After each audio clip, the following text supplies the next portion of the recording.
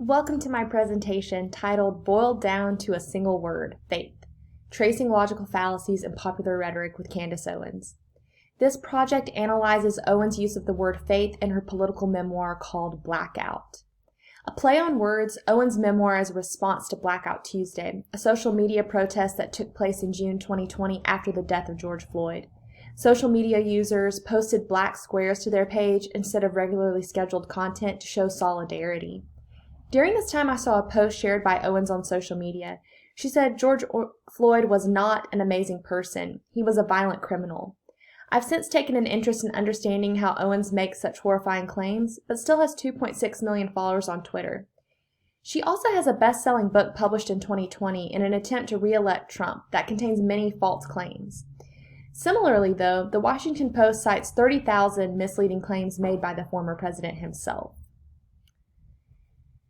Additionally, Owens appeals to faith, saying black people belong to God, not Democrats. She convolutes religion and conservatism constantly. This is significant because the Gallup poll shows that white evangelicals are drawn to Trump, despite his lies. One example, Owens says, "What the left holds above all else is faith in themselves. It is a desire to elevate the mind of man into the position of God." Owens also creates a dichotomy between faith and reason, making each of them mutually exclusive. The tension between faith and reason is as old as the Enlightenment. Steven Pinker recently pointed out that the Enlightenment era is categorized by appeals to logic and reason. We energetically apply the standard of reason to understanding our world. I decided to track Owens' explicit use of the word faith in her chapter called On Faith, and code them based on logical fallacies. I wondered, do her arguments regarding faith stand up against logical reasoning?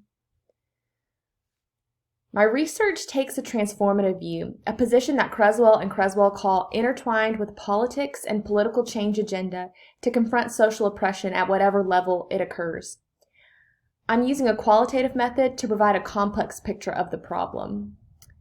To make these interpretations about how Owen uses the concept of faith, I consulted Mastering Logical Fallacies by Michael Whitley to analyze her arguments. Though many fallacies exist, Whitley provides examples of 60 different trends. I began by tracking down each instance of Owen's use of the word faith. I determined that she used the word faith 43 times in one chapter. I extrapolated those sentences into an Excel file by transcribing them so I could look at it together. As you can see in this example, this particular claim uses the word faith many times, but I determined that though the word was used 43 times, there were essentially only 33 faith moments to identify and code. In my original proposal, I curated 10 fallacies with which to code that ultimately limited my view. I opened my analysis to all of the fallacies available in Mastering Logical Fallacies in order to better view the amount of illogical statements at hand. There was another change of plans.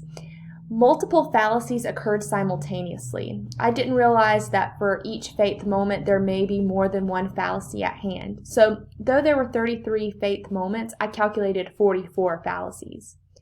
Here are the most common ones. False dilemma happened most frequently. Appeals to tradition occurred, appeals to fear, and cherry-picking historical data also occurred many times to create narratives. Additional fallacies occurred less frequently, such as false analysis, appeal to emotion, slippery slopes, appeal to ridicule, appeal to faith, and lying with statistics. These happened less frequently. Common fallacies such as false dilemma and fear occurred frequently. The example that I have here shows both simultaneously. The left is trying to replace and transform faith.